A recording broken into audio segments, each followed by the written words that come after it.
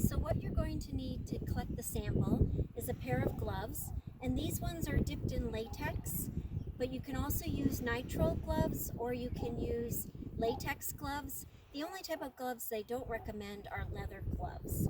You'll also need some 70% isopropanol or rubbing alcohol that you can just pick up at your local drugstore.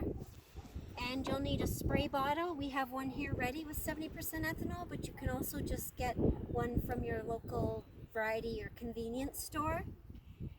And you're gonna need a swab. Here it is. And we will provide the swab as well as the gloves if you want.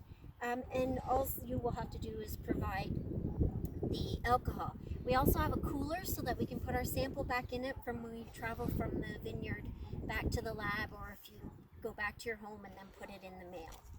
Okay, so what we're gonna do is go down and we're gonna gently touch the leaves and the foliage with our gloved hand.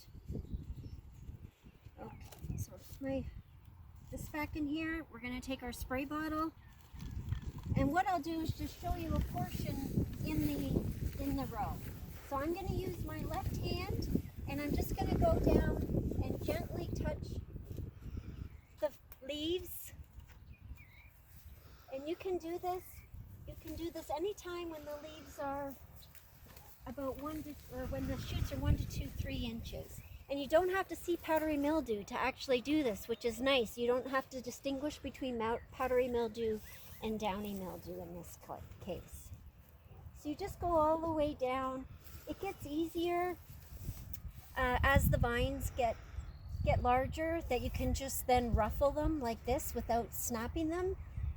And if your rows aren't too far apart, you can also walk down and do 2 sides at once by just ruffling and walking. Of course, so you would walk like this down and ruffle. Ours are too wide here to do that. So we just go along, and what you want to do is the entire row, but I'm just going to go to here just to demonstrate. And so then what you do is you want to swab your glove.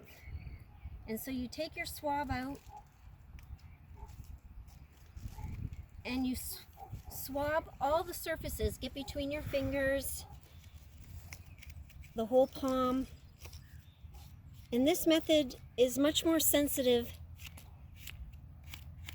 than trying to find a colony, especially this early in the stage when you might not see the colonies yet, but the spores will be there. And so once you've done that, you can put the tube back up and close it off, and then put it back in its sleeve. And we will give you a label that you can then seal it and identify the row and the crop and the vineyard that you took the sample from. And then what you'll do is you'll put this in the mail, and we can also give you envelopes that are stamped to allow you to send it that way. Or you can send it to us, or you can send it directly to California where they're going to do the testing. They are one of our collaborators. So after you've done a row, if you want to do another row, before you do that, you want to disinfest your glove. And so we're just going to spray the ethanol over it. Ethanol is nice. You can also use water, but ethanol is nice because it dries quickly and it takes care of killing any canidia or any fungal spores that are on there. And then what you'll do, as I mentioned, is you'll put this in your cooler. You don't want it to get too hot as we start to get into the hot days of summer, and take it back, put it in your fridge until you're ready to send it to us.